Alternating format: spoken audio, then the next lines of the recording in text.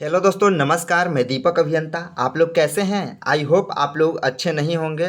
आप लोग टेंशन में जी रहे होंगे, क्योंकि आप सबको याद होगा कि द्वितीय विश्व युद्ध के दौरान आज़ाद हिंद फौज ने जापानी सेना के सहयोग से भारत पर जब आक्रमण किया था, तो सुभाष चंद्र बोस ने अपनी फौज को प्रेरित करने के लिए दिल्ली चलो का नारा दिया था। लेकिन मैं आप सबको प्रेरित करने के लिए कोलकाता चलो का नारा नहीं दे रहा हूँ। हाँ, नारा दे रहा हूँ, मैं बता रहा हूँ आपको कि सभी लोग कोलकाता चलो, लेकिन आपको प्रेरित नहीं कर रहा हूँ। बस आप अपने माँ बाप के भविष्य के लिए बस आपकी चिंता होनी चाहिए, और इसी को लेकर कल आप सभी को कोलकाता चलना चाहिए। कोलकाता ईस्टर्न वाला नहीं, ACR south eastern railway Kolkata, garden rich Kolkata. आप सबको पता होगा कि कल के डेट में सेकेंड डीवी दिया गया एसीआर कोलकाता जोन से। तो सेकेंड डीवी आप लोग भली भांति देखें कि कैटेगरी शिफ्टिंग नहीं किया गया। उसमें काफ़ी सारे छात्र को जो है यूआर कैटेगरी का रिजल्ट दिया गया। ओबीसी के साथ खिलवाड़ किया गया, ओबीसी के साथ अन्याय किया गया, एससी एसटी ईडब्ल्यूएस के साथ अन्याय किया गया, और यहाँ पर यूआर कैटेगरी को सेकेंड डीवी में ज़्यादा कैंडिडेट को रखा गया। हालांकि ये अन्याय है उन सभी छात्रों, कैटेगरी वाले छात्र के लिए। इसलिए मैं कहता हूं कि सभी लोग कल 10 बजे एसीआर कोलकाता गार्डन रीच पहुँचे। ये मेरे लिए नहीं पहुँचे और ये किसी दूसरे के लिए नहीं पहुँचे, ये सिर्फ आपके लिए है, आपका लड़ाई है, और आपके माँ बाप को सपनों का लड़ाई है। आपको याद होगा 2019 के अप्रैल में जब फॉर्म भरे थे यही ग्रुप डी का, तो क्या आस लगा के भरे थे कि हाँ मेरा सिलेक्शन होगा 1-2 साल के बाद। लेकिन अंतोगत्वा कोरोना आने के बाद 4 साल समय लगा। उसके बाद आपने एग्ज़ाम क्लियर किया, पीईटी पास किया, उसके बाद काफ़ी सारे इसके पीछे मेहनत किया। आपने कहाँ कहाँ नहीं गया एग्ज़ाम देने, पीईटी देने, गार्डन रीच कोलकाता, खड़गपुर गए पीईटी देने।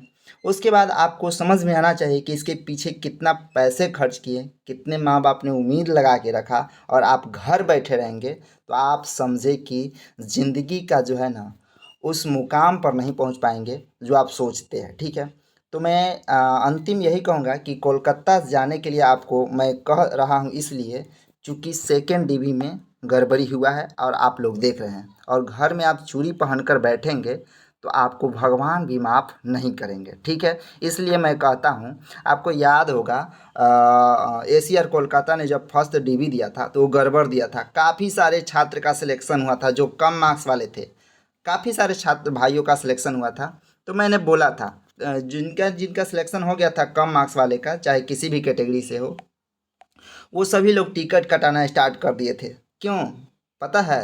जाने के लिए गार्डन रीच। किस लिए? डीवी के लिए। ठीक है, डीवी मेडिकल के लिए। लेकिन मैंने बोला था उनको, वीडियो में बोला था और बताया था, कॉल भी काफ़ी सारे आए थे। मैंने बोला था कि नहीं भाई, ये रिजल्ट जो है गलत है, रिजल्ट गलत बनाया है, और रिजल्ट में सुधार होगा।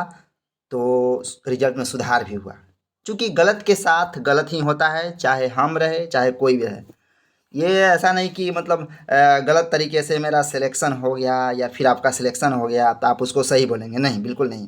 क्योंकि जो गलत होता है वो गलत होता है सबके लिए। जो रूल है पूरे इंडिया के लिए एक रूल होना चाहिए। तो मैंने ये बात बोली थी कि ये रिजल्ट गलत बनाया गया, आप लोग अभी टिकट ना कटवाएं। काफ़ी सारे कैंडिडेट कॉल किए थे कि टिकट कटा लेते हैं। मैंने बोला भाई, टिकट अभी मत कटाओ, क्योंकि रिजल्ट जो है 1 से 2 दिन में आपको वापस चली जाएगी, क्योंकि रिजल्ट ही गड़बड़ बना है। ठीक है, और ये एसीआर कोलकाता के अधिकारियों के द्वारा त्रुटि था। ठीक है, वो समझ में नहीं आया था इसलिए बना दिए थे।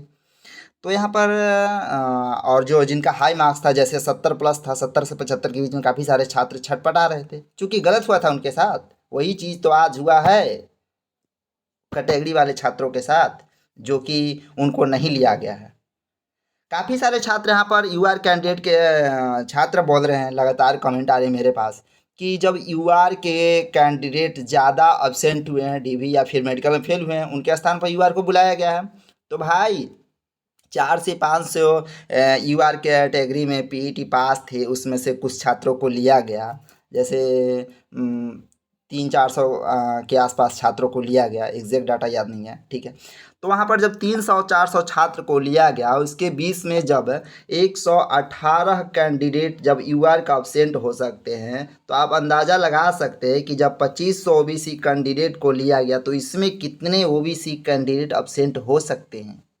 आप अंदाज़ा लगा सकते हैं 25 यानी 500 कैंडिडेट इसी हिसाब से तो अब्सेंट होना चाहिए, लेकिन नहीं, मात्र 21 अब्सेंट अब्सेंट या फिर मेडिकल में फेल है। ऐसा क्यों? तो ये बिल्कुल गलत है। ऐसा नहीं हुआ है कि यूआर कैटेगरी का ही सिर्फ अब्सेंट हुआ है या फिर मेडिकल अनफिट हुए हैं। सभी कैटेगरी के जो यूआर में क्वालिफाई थे, चाहे किसी भी category SC ST OBC EWS, वो सभी के थे, लेकिन उनको सीट नहीं दिया गया, वो दे दिया गया यूआर का। और ये दिया गया क्यों? ACR के गलती के कारण। और ऐसा नहीं होना चाहिए। आपको पता होगा एक हैदराबाद हाई कोर्ट का एक जजमेंट है जो आपको दिखाऊंगा। चलिए देख ही लेते हैं। देखिए, ये जो है हैदराबाद हाई कोर्ट का ये जजमेंट है, और रेलवे भर्ती सेल सिकंदराबाद की ये मैं दायर किया गया था, केस दायर किया गया था, जो कि आप इस तरह से देख सकते हैं। इसमें बताया गया है कैटेगरी शिफ्टिंग के बारे में कि आखिर कैटेगरी शिफ्टिंग होता है, और जो होता है वो जैसे कि सेकेंड डिवी आया फिर पैनल आया, उसमें कैटेगरी वाले छात्रों को दिया जाता है जैसे सीट खाली होता है तो। ठीक है, तो यहाँ पर ये जो है आपको मैं ग्रुप में प्रोवाइड करा दूंगा, इसको अच्छा से पढ़ के आप समझ सकते हैं बिल्कुल तरीके से। ठीक है, हैदराबाद कोर्ट का डिसीजन है। ठीक है, तो यहाँ पर आराम से इसको देख सकते हैं और आप समझ सकते हैं कि हाँ, इसमें जो है आपका रियलिटी है, जो कि मतलब यूआर कैटेगरी में जो भी छात्र है, और वहाँ पर जब अब्सेंट होंगे या फिर सीट खाली होगा सभी कैटेगरी का ज़्यादातर छात्र है, तो आपको ओबीसी को पता होना चाहिए कि 2500 प्लस ओबीसी कैंडिडेट को जो है लिया गया है पूरे जो है 4814 वैकेंसी में। ठीक है, तो आप समझ सकते हैं कि यूआर कैटेगरी में कितने ओबीसी छात्र हैं। काफ़ी सारे छात्र मात्रा में ओबीसी कैंडिडेट को लिएगा। यूआर के मतलब अनरिजर्व, यानी अनरिजर्व मतलब ऑल कैटेगरी के स्टूडेंट आ सकते हैं वहाँ पर, सिर्फ यूआर के नहीं आ सकते, ऑल कैटेगरी के स्टूडेंट आ सकते हैं। तो वहाँ पर जब सीट खाली होंगे तो सभी कैटेगरी को मिलेंगे, जैसे जैसे कैटेगरी वाइज सीट खाली होंगे। ऐसा तो नहीं है कि सिर्फ 118 कैंडिडेट यूआर का ही खाली हो गए, ऐसा तो असंभव है। ये असंभव घटना है कि 118 यूआर का ही सीट खाली हो गया होगा। कुछ लोग बोल रहे थे कि यूआर का ज़्यादा कैंडिडेट डीबी छोड़े हैं या फिर मेडिकल में अनफिट हुए, जो भी है, लेकिन ऐसा ये बिल्कुल नहीं होता है। ठीक है, ये देखने वाली बात होती है। ठीक है, तो ऐसा बिल्कुल नहीं है। तो मैं फाइनली आपको लास्ट कहता हूँ, कोई घुमाने फिराने वाली बात नहीं है। लास्ट कहता हूँ कि आप अगर सोचते हैं कि आपका सिलेक्शन हो, छोटा छोटा मार्क्स के लिए आप छूटे हैं, चाहे किसी भी कैटेगरी से हो, ओबीसी हो, SC ST EWS कुछ भी हो, ठीक है, आप 0.1 0.5 1 से छूटे हैं, तो आपको ACR कोलकाता जाना चाहिए। और कल के डेट में देखिए सब लोग पहुँच रहे हैं 10 बजे, 10 या 11 बजे आप लोग पहुँचे, 10 या 11 बजे गार्डन रीच कोलकाता पहुँचे। एड्रेस आपको दे दिया गया, ग्रुप में प्रोवाइड करा दिया गया। ठीक है, जैसा कि एक ग्रुप में आप सब ऐड हो गए हैं, आप ग्रुप में प्रोवाइड करा दिया जाएगा। आप अगर कहीं भी मतलब नज़दीकी से हैं तो आप तो आराम से अभी भी जा सकते हैं, आराम से, जैसे कोलकाता के किसी भी क्षेत्र से है, बिहार के किसी भी क्षेत्र से है, झारखंड के किसी भी क्षेत्र से है, तो आराम से, बिल्कुल आराम से पहुंचते हैं, बिल्कुल कोई दिक्कत वाली बात नहीं। कल तक यूपी से भी छात्र जा सकते हैं, मतलब आपको नज़दीकी से है तो आप आराम से जा सकते हैं। जहाँ आपको संभव है, जहाँ से आपको संभव है ज़रूर जाएं, चूँकि आपके भविष्य के लिए। और आप थोड़ा सा के लिए आप छोड़ देंगे, जैसे कि सोचेंगे मेरे क्या दिक्कत है, मेरा 2 नंबर कम है भाई, मेरा 3 नंबर कम है, मेरे कोई दिक्कत नहीं, मेरा होगा नहीं, तो देखिए ऐसा भूल है आपको।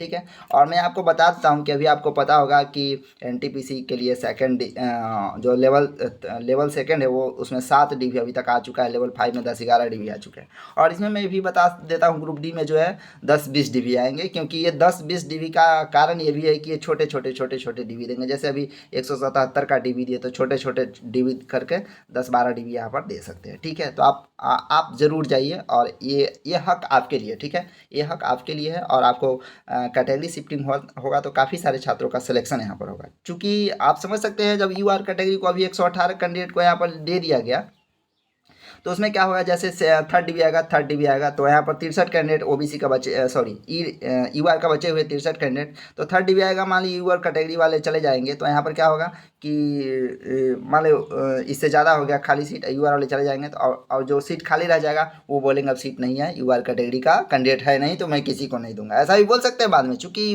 ACR कोलकाता है यहाँ पर, समझ सकते हैं आप। तो बिल्कुल आप घबराए नहीं, आराम से। बहुत सारे छात्र कल जा रहे हैं अपना गार्डन रीच, और अपना आवाज़ उठाएंगे। देखिए भाई, अपना न्याय मतलब अपना मांग करने में कोई दिक्कत वाली बात नहीं है। ठीक है, तो मेरा नारा यही रहेगा लास्ट, कि सब लोग कोलकाता चले, और कोलकाता आपको कल 26 जून 2023 को कोलकाता चलना है। कोलकाता ईस्टर्न कोलकाता नहीं, ACR Kolkata, garden reach Kolkata. ठीक है, कोलकाता सब लोग चलिए अपना मांग को रखिए। देखिए मांग को रखने में क्या दिक्कत है, जब भुवनेश्वर, बिलासपुर, गुवाहाटी, गोरखपुर ऐसा कर सकता है कैटेगरी शिफ्टिंग, तो वो रांची क्यों नहीं कर सकता, कोलकाता क्यों नहीं कर सकता? कर सकता है बिल्कुल, आप जाएंगे तब तो करेंगे। आपको याद होगा फर्स्ट डिवी जब आया था तो वो लोग देने के लिए तैयार नहीं थे, जब कॉल किया जा रहा था तो वो लोग मानने के लिए तैयार नहीं थे, बोल रहे थे सही है।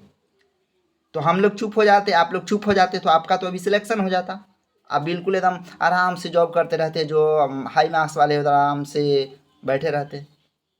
तो इसमें क्या दिक्कत है? जो गलत होता है बार गलत होता है। देखिए कॉल करने पड़ी, वो लोग एसीआर कोलकाता वाले काफ़ी सारे नंबर को ब्लॉक किए हैं, खुद मेरे ही नंबर 4-5 नंबर को ब्लॉक किए हैं, मोबाइल नंबर को, ठीक है। तो यहाँ पर कॉल करने से कुछ नहीं होगा, कल जाना होगा आपको। मैं लास्ट यही करता हूँ कि ज़रूर से ज़रूर पहुँचे और सबको ये वीडियो पहुँचा दीजिए, ताकि अभी से जस्ट ट्रेन धर लें और सब लोग गार्डन रीच पहुँचे कल के डेट में, ठीक है। चलिए बस इतना ही, मिलते हैं नेक्स्ट वीडियो में। थैंक यू, धन्यवाद।